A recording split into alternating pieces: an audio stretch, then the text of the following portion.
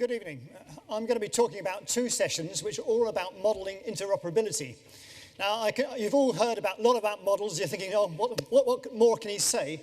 But in fact, this is very important. And what we're going to talk about is why we need interoperability, why we haven't got it yet, and what we need to do to get it. We're talking about everything from equations, algorithms, modelings which describe single processes, to platforms which allow us to look at several processes together, and frameworks which allow us to use components of each of these together. We've seen in the history of modelling vast changes over the last 30 years. We've gone from modelling hazards, single hazards, to multiple hazards, to exposure, to vulnerability, and we've seen the great rise in probabilistic models.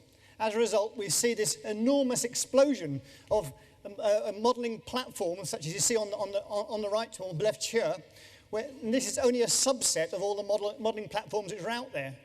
These costs to wide numbers of people, be it people losing lives or livelihoods, or actually economic benefits.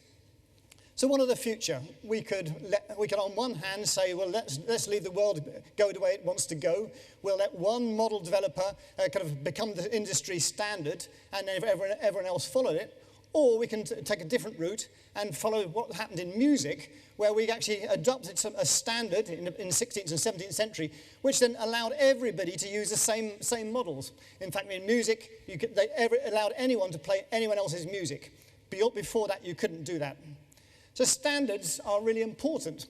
They're often seen as being very important, but when we've got standards which are applied appropriately, they can be very, very powerful.